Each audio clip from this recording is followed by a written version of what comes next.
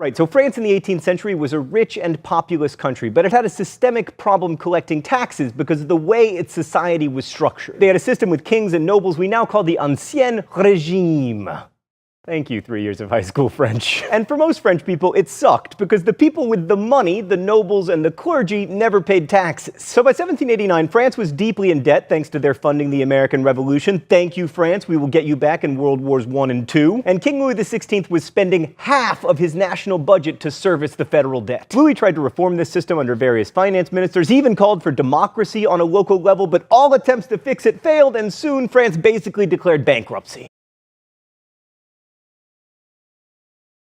In response to the crisis, Louis XVI called a meeting of the Estates General, the closest thing that France had to a national parliament, which hadn't met since 1614. The Estates General was like a super parliament made up of representatives from the First Estate, the nobles, the Second Estate, the clergy, and the Third Estate, everyone else. The Third Estate showed up with about 600 representatives. The First and Second Estates both had about 300, and after several votes, everything was deadlocked. And then the Third Estate was like, you know what, forget you guys. We're gonna leave and we're gonna become our own National Assembly. This did not please King Louis XVI, so when the new National Assembly left the room for a break, he locked the doors and he was like, sorry guys, you can't go in there. And if you can't assemble, how are you gonna be a National Assembly? Shockingly, the Third Estate representatives were able to find a different room in France, this time an indoor tennis court where they swore the famous tennis court oath, and they agreed not to give up until a French constitution was established. So then Louis XVI responded by sending troops to Paris, primarily to quell uprisings over food shortages, but the revolutionaries saw this as a provocation. So they responded by seizing the Bastille prison on July 14th, which coincidentally is also Bastille Day. The Bastille was stormed ostensibly to free prisoners, although there were only 7 in jail at the time, but mostly to get guns. But the really radical move in the National Assembly came on August 4th, when they abolished most of the Ancien Régime. Feudal rights, tithes, privileges for nobles, unequal taxation, they were all abolished in the name of writing a new constitution. And then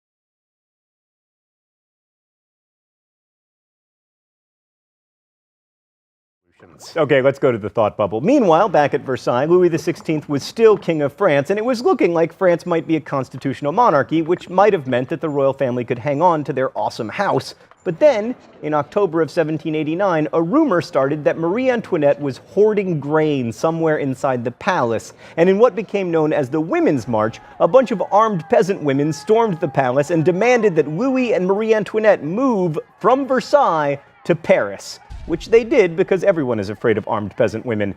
And this is a nice reminder that to many people at the time, the French Revolution was not primarily about fancy Enlightenment ideas. It was mostly about lack of food and a political system that made economic contractions hardest on the poor.